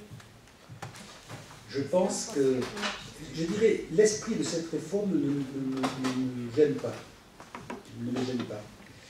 Et je dois dire que j'ai même été étonné que les lycées ne flambent pas immédiatement. Parce que pour les profs, c'est des enjeux considérables de deux natures. D'une part, il y avait des stocks de disciplines qui étaient garantis et indépendants du choix des élèves. C'est-à-dire, j'ouvre tant de places en S, ça veut dire tant d'heures en physique. D'accord? Ça, c'est fini. Donc, pour les disciplines, c'est une menace. Et chaque discipline, si vous regardez les sites, les physiciens disent cette réforme nous tue, les sciences sociales, cette réforme nous tue, enfin, tout le monde est tué par cette réforme, par définition. Mais ça n'a pas, jusque-là, explosé, ce qui prouve quand même qu'il y a dans le monde enseignant l'idée que le système actuel est épuisé. Donc, je trouvais que c'était plutôt pas mal. Sur le reste, je pense que cette réforme est d'une complexité gigantesque et va se heurter à des problèmes pratiques absolument terribles, qui ne sont pas simplement le fait que tous les lycées n'offrent pas exactement les mêmes combinaisons de disciplines. Je signale qu'actuellement, ce n'est pas le cas et personne s'en... Tous les lycées n'offrent pas une terminale S, une terminale ES, etc. Mais personne s'en indigne. Mais bon, mais indépendamment de ça, je crois que ça va changer la nature de la notation. Ça va changer la nature du travail scolaire parce que les enseignants ont tous cette vertu très forte, c'est qu'ils veulent que leurs élèves réussissent. Et si vous dites on change la nature de l'examen, la pédagogie changera immédiatement. Si vous dites aux enseignants qu'on garde l'examen et qu'on change de pédagogie, il ne se passera rien, je vous le garantis. Donc, c'est un gros pari. Pour le moment, je dirais ça n'a pas explosé. Mais c'est une réforme absolument radicale. Parce que dès lors que le bac est individualisé, c'est-à-dire que vous dites, moi j'ai ce bac-là, mon bac à moi, avec ma combinatoire à moi, évidemment la question de la sélection à l'université se règle ipso facto. Je ne sais pas si je me fais comprendre. C'est-à-dire que vous dites, j'ai un bac qui a anticipé un type d'études, et si le bac que j'ai obtenu n'anticipe pas le type d'études, je prends le risque, si c'est en tension, de ne pas être pris. Alors, pour les jeunes, ça va être une pression formidable, parce qu'on demande aujourd'hui, moi c'est le cas de mes petites filles, on leur demande de choisir, elles sont en seconde, truc, alors, pas l'ombre d'une idée, elles sont draguées par les profs de manière incroyable, parce que les profs veulent absolument remplir leur discipline. Imaginez que le prof d'espagnol soit nul. Eh bien, il n'y aura aucun gamin va cocher espagnol. Donc, il y a une petite guerre entre les profs, et je crois qu'un des enjeux qui va être très compliqué, c'est que ça met une pression sur les élèves très forte, et je pense que ça va être très pénible pour les gamins. En seconde, on n'avait pas de projet professionnel, on n'avait aucune idée. On était un bon élève, on attendait que ça se déroule. Tandis que là, c'est fini. Mais là, c'est choisir les disciplines qu'on veut, c'est pas directement choisir son avenir professionnel. Donc, moi, je sais qu'en seconde, j'aurais été contente de pouvoir mélanger du français avec des maths sans être obligée d'aller en S, oui. Et du coup, de mettre de côté. Non, mais bien sûr. Mais il n'empêche que... vous avez ce profil qui fait que vous aimiez à la fois le français et les maths, mais vous êtes une rareté statistique, scolairement tout le temps. Mais il n'empêche que les gamins sont obligés de se dire je veux au moins travailler dans ce domaine. Par exemple, si je ne fais pas du tout de maths et de physique, c'est terminé. Je ne ferai jamais médecine, jamais rien, etc. Donc, en seconde, c'est quand même très dur, et je peux comparer avec des périodes antérieures. Moi, le lycée que j'ai connu, quand vous aviez une rentabilité du bac extrêmement forte, personne ne se demandait en seconde ce qu'il allait faire plus tard. Mais on était dispensé de ce genre d'affaires. Mais est-ce qu'on n'a pas besoin maintenant justement que les élèves se posent... On en a besoin, c'est pour ça que je ne condamne pas cette réforme. On en a besoin. Oui, on en a besoin parce que justement, comme on n'est plus dans le système d'avant... Absolument. Mais ce que je dis, c'est que cette réforme va se heurter à 3 difficultés. Je pense que les profs vont quand même se mobiliser. Normal. Deuxièmement, je crois qu'elle se heurte à des problèmes d'organisation extraordinairement compliqués. Aujourd'hui, j'ai rencontré des proviseurs, vraiment, ils sont fous, parce que là où vous aviez des classes, vous avez des groupes, des sous-groupes, des trucs qui se mélangent. C'est un bordel pas possible, des horaires d'une complexité sans nom. Et ça compte. Et puis je crois que la pression exercée sur les élèves va quand même va compter. Mais il faut bien quand même sortir de cette dualité de ce diplôme qui est à la fois un concours et un certificat de fin d'études. C'est plus acceptable. Comme je vous sens terriblement impatient de poser vos questions, maintenant la parole est à vous. Vous pouvez continuer. Vas-y. Au cours de la conférence, vous avez donc parlé du système scolaire qui est toujours élitiste, mais plus en France qu'ailleurs. Notamment parce que la norme élitiste s'appliquerait à tous. Alors déjà, je n'ai pas très bien compris ça. Et ensuite, la deuxième partie de ma question, c'est à quoi ressemblerait un système scolaire qui serait beaucoup moins élitiste? Je ne sais pas si on a des exemples. Alors, je répète ce que je dis, tous les systèmes scolaires ont des élites, tous. Quand vous regardez l'histoire du système scolaire français, il a été construit à partir de la Troisième République avec l'idée que tout élève avait le droit de prétendre accéder à l'élite. Ok? Question de principe. C'est admirable sur le plan.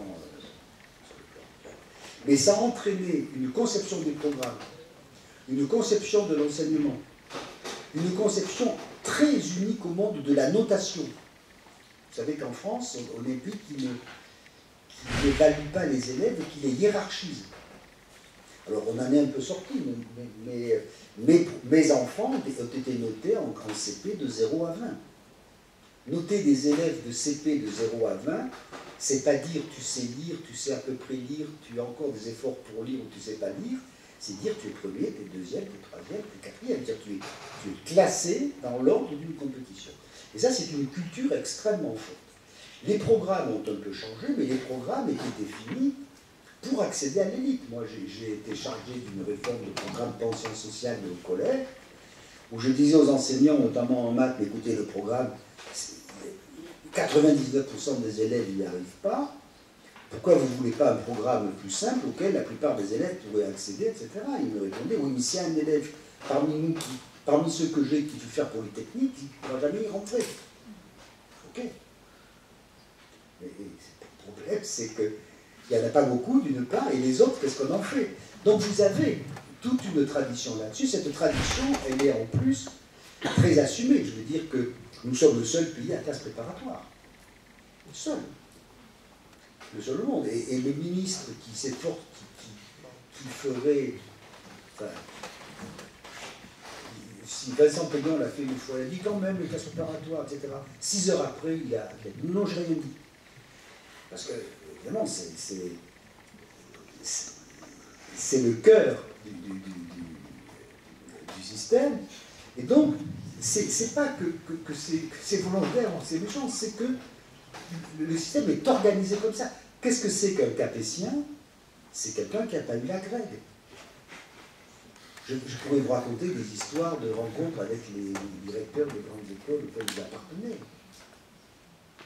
Même l'ordre hiérarchique entre ces grandes écoles, il est un peu étrange pour le reste de la planète, mais pas ici.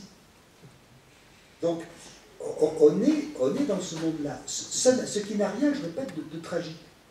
Les effets tragiques, c'est que le système étant conçu comme ça, il ne sait pas quoi faire de ceux qui ne peuvent pas. Et on est, par exemple, un pays qui oriente systématiquement de manière négative. Tu ne peux pas rentrer en S, tu iras en S, tu ne peux pas rentrer en S, tu iras en techno, et tu feras de l'enseignement professionnel parce que tu es incapable d'aller ailleurs. Et c'est très...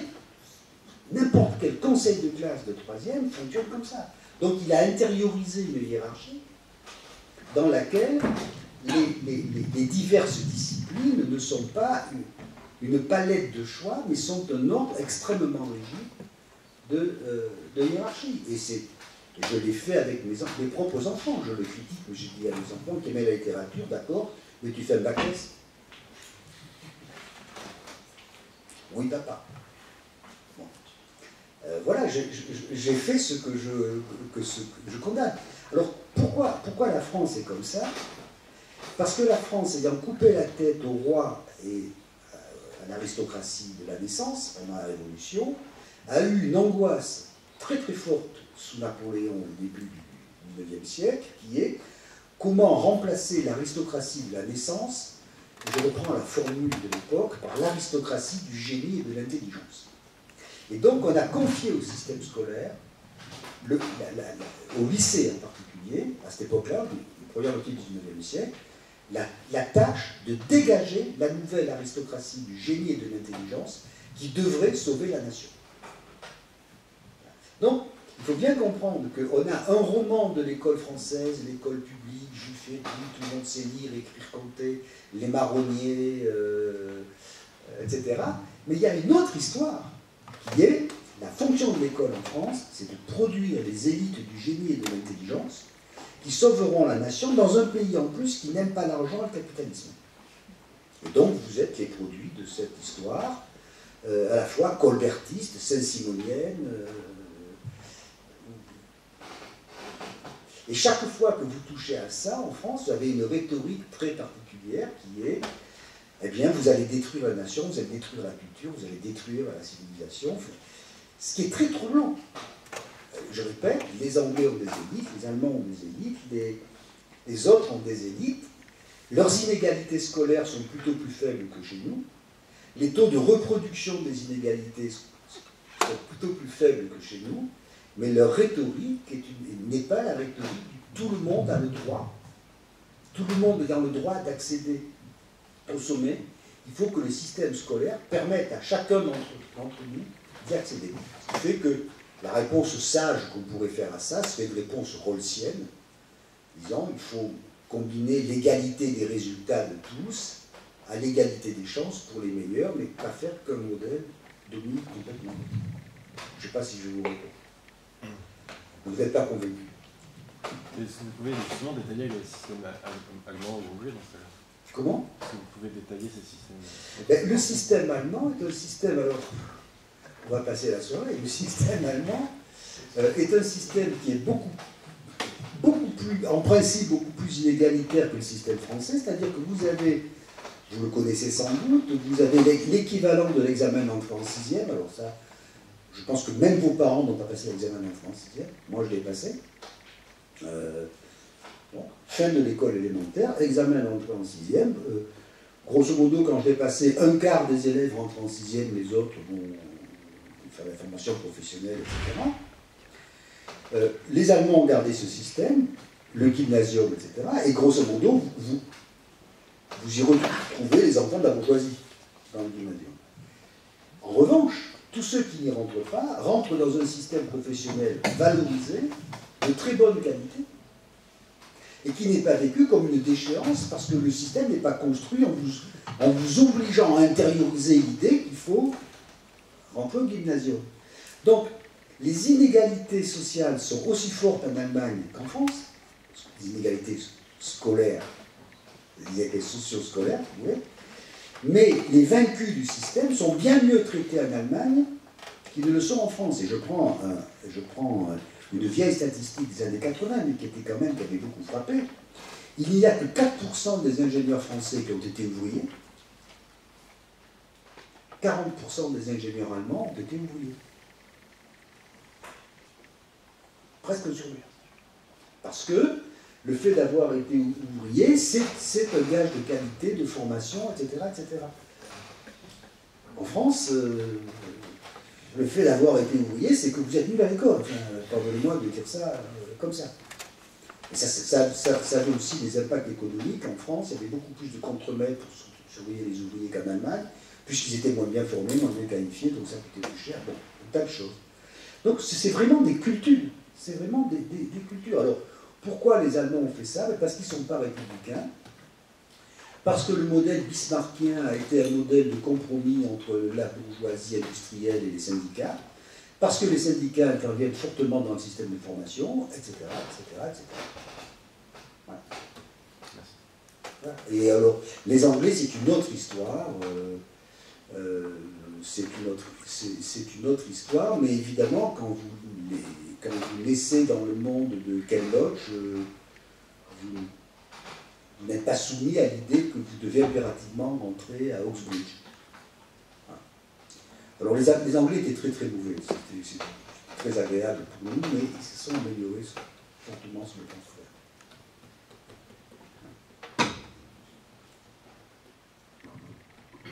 Est-ce que vous avez d'autres questions?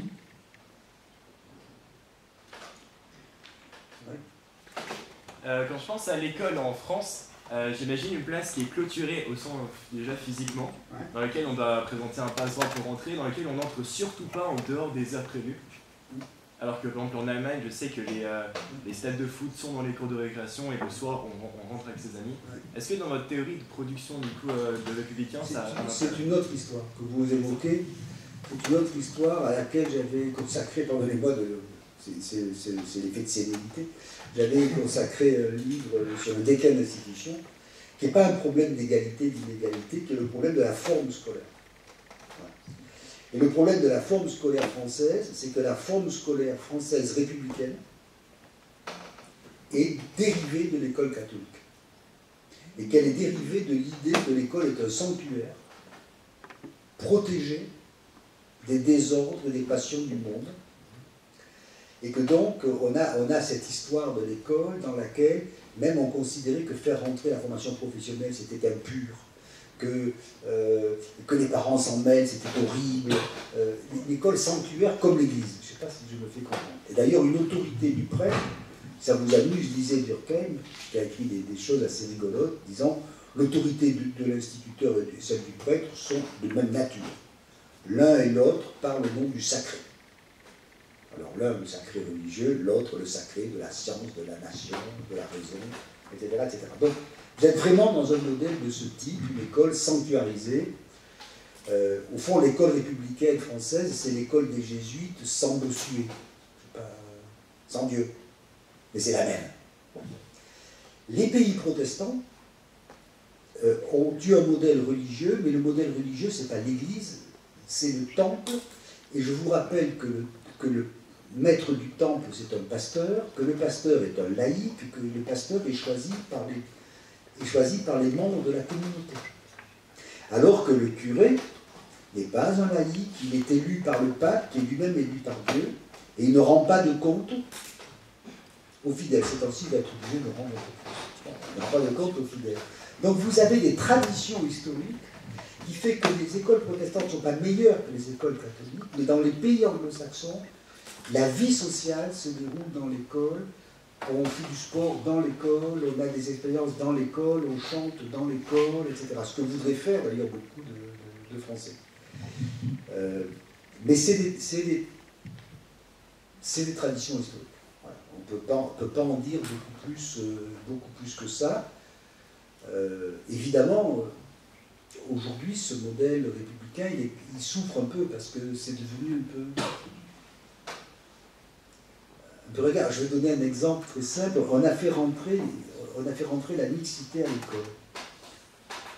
Ça a l'air de rien. On a dit, à partir des années 70, on va faire rentrer les garçons et les filles ensemble à l'école, pour des raisons d'ailleurs qui n'étaient pas éducatives, qui étaient purement de démographie. On ne pouvait plus faire des écoles de filles, de garçons, de lycées filles, de lycées garçons, etc. Bon. On les a fait rentrer, et on ne s'est même pas rendu compte qu'en faisant rentrer les filles et les garçons à l'école, on a fait rentrer l'adolescence. C'est-à-dire les hormones, en clair. Bon.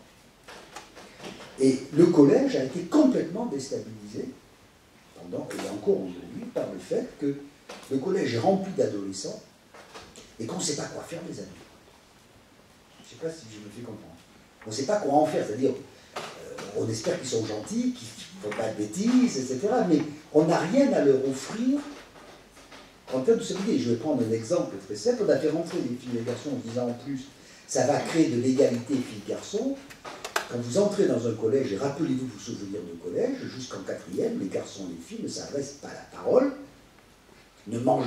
considèrent que manger ensemble à la cantine est une insulte. Tout ça au nom de l'égalité. Enfin, c'est très très étonnant. On n'a pas su quoi en faire. Je ne sais pas si je me fais comprendre. Parce que ce n'est pas dans le modèle. Voilà. Alors, je termine, j'ai fait des enquêtes sur les collèges, où j'adorais les réponses des collégiens, c'est est-ce que tu aimes ton collège? 99%, c'est j'adore le collège. J'adore le collège. Sauf les cours. Voilà. Et si vous passez du point de vue d'un collégien normal, ça se comprend tout à fait. C'est la vie juvénile, c'est les copains, c'est... Il y a les cours, bon, c'est quand même un peu désagréable. Mais il n'y aurait pas les cours, ça serait vraiment... Voilà. Et du coup, le fait, dans le contexte actuel, le fait que les lycéens sortent du lycée, donc que les chrétiens sortent du sanctuaire, il y a une interprétation, ça casse complètement le modèle. Ben, le modèle aujourd'hui se sent symboliquement en crise. Parce que le problème que ça pose, c'est que, comment dirais-je, c'est le problème de l'autorité. J'aime pas dire ça comme ça parce que ça fait un peu... Mais c'est quoi? L'autorité, vous avez lu Max Weber quand vous étiez en prépa? Voilà. L'autorité du prof, c'était une autorité charismatique. C'est-à-dire que le prof pouvait dire j'exerce sur vous une autorité au nom des principes supérieurs du savoir, de la science, de la nation, que j'incarne. Ok? C'est ça. Moi j'ai eu des instits qui me disaient si tu ne me respectes pas en tant que personne, respecte ce que je représente. Bon. Aujourd'hui, un instit qui dirait au gamin respecte ce que je représente, on enverrait le salut en disant j'entends des voix, etc. Et donc l'autorité est devenue un problème non plus charismatique, mais l'autorité qui peut être rationnelle, légale, savoir je suis efficace, voire un problème de personnalité. Et évidemment, pour les enseignants, c'est devenu terrible.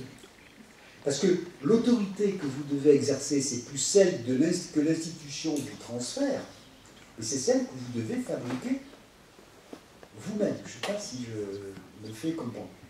Et donc ce métier épuise les gens. D'ailleurs, ils ne veulent pas le faire.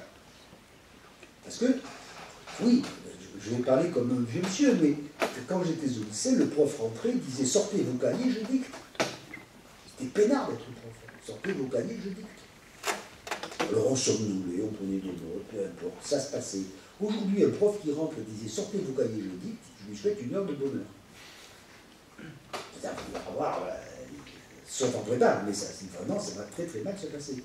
Donc, tout cet univers symbolique, c'est défait. Et l'enjeu, évidemment, c'est que vous avez d'un côté toute une sensibilité qui imagine de manière illusoire qu'on peut revenir à l'école d'avant. Toujours. Je vais citer des noms pour ne pas dire on, mais Natacha Polony, Alain Finkielkraut, c'était mieux avant, voilà. Et puis vous avez tout un tas de gens qui disent qu'il faut construire au fond un modèle de légitimité démocratique. Il faut que l'école devienne un espace, une cité civile, devienne, voilà, ce soit autre chose. Mais c'est pas facile, c'est pas long, et surtout, c'est très long, surtout parce que les enjeux symboliques ne se négocient pas. Je sais pas si vous pouvez négocier sur les salaires, mais là-dessus, vous ne négociez pas. Et donc il y a ce thème qui est très présent dans l'école en France, mais partout ailleurs, de la crise de l'éducation, J'ajoute évidemment que là aussi, l'école ayant perdu le monopole de l'accès à la culture, pour les enseignants, c'est quand même très très douloureux. Quand j'étais enfant, si je voulais savoir ce qui se passait en dehors de ma rue et de ma famille, j'avais le choix entre l'école ou l'école ou l'école. Aujourd'hui, quand on fait des enquêtes auprès des collégiens et des lycéens, puis l'école c'est plus ou moins intéressant, mais pour l'essentiel de ce que j'apprends du monde, c'est plus à l'école. Donc c'est une vraie crise. Et c'est pour ça que les gens veulent plus être enseignants. Pour finir, je ne peux m'empêcher de poser une petite question mathématique, oui. Comme on est à l'ENSAE. Dans votre dernier ouvrage, Le temps des patients tristes, vous évoquez brièvement l'apport d'une meilleure, l'apport des outils statistiques et de leur meilleure performance. Vous évoquez notamment la régression ou les zones ratios. Je voulais savoir quel était l'impact et l'apport de ce perfectionnement des outils statistiques dans votre travail de sociologue. Ben, je crois, alors ça c'est un problème sur lequel j'ai plus de capacité de répondre, ça demanderait des compétences statistiques que je n'ai pas et puis une vision sur la longue durée que je n'ai pas. Mais il est évident que pendant très longtemps, on avait une représentation de la société en termes de classe sociale, parce qu'on avait des statistiques au fond assez grossières. Je veux dire, vous mettiez le revenu, la situation socio-professionnelle, quelques variables culturelles, la corrélation était forte, ça marchait. Vous aviez des statistiques scolaires extrêmement grossières. Hein, les lycéens, les non-lycéens,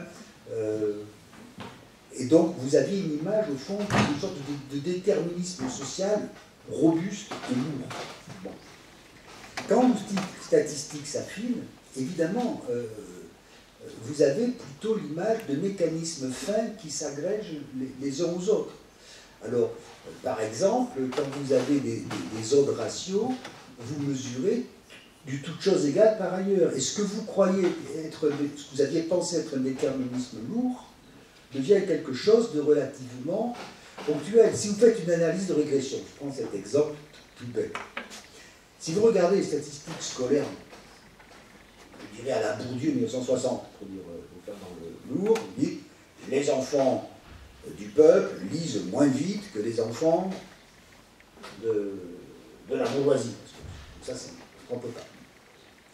Et puis, si vous regardez le rôle de l'origine sociale des parents, le rôle de leur propre histoire scolaire, le rôle de la qualité de l'enseignant, le rôle de la composition sociale de l'école, vous allez vous rendre compte que ce que vous croyez au départ absolument déterminant qui était l'origine sociale des parents, joue un rôle plus faible que la qualité de l'institutrice.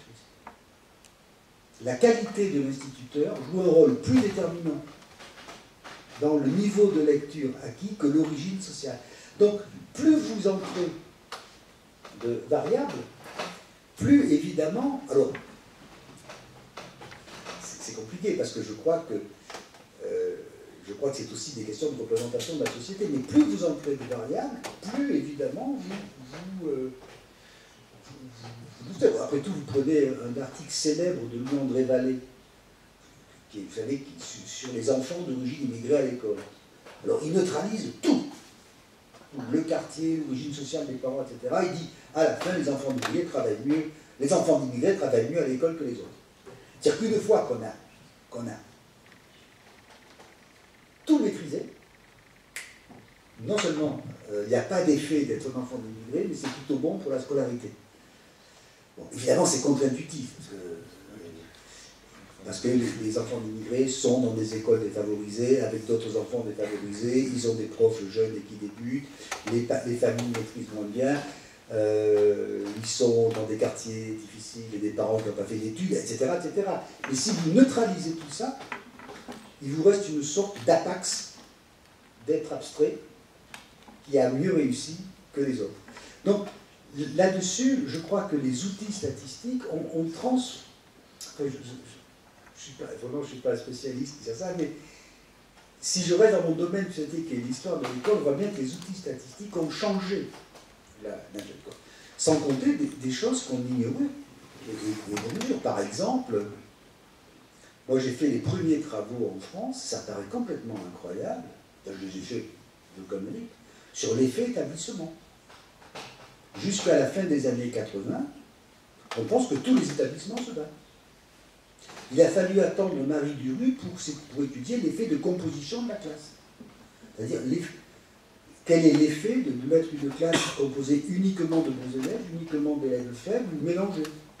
C'était neutralisé par une seule variable, l'origine sociale, etc. Donc,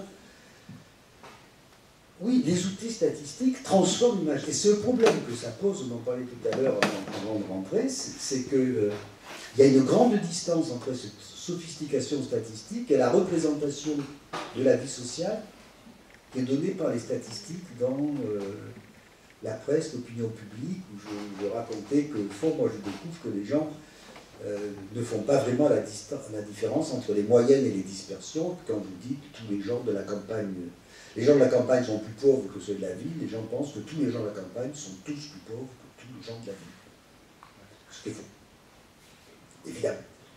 Donc c'est un vrai problème de comment faire rentrer cette culture statistique. Il ne s'agit pas de que les gens sachent calculer des seuls ratios, mais c'est quelquefois gênant sur le plan du civisme que ce ne soit pas compris. Et je présume que les économistes ont le même type de problème. Voilà. Je ne sais pas si j'avais répondu. Oui, parfaitement, merci. Merci, monsieur Coulon. Et je vous propose d'aller dans le hall pour quelques minutes.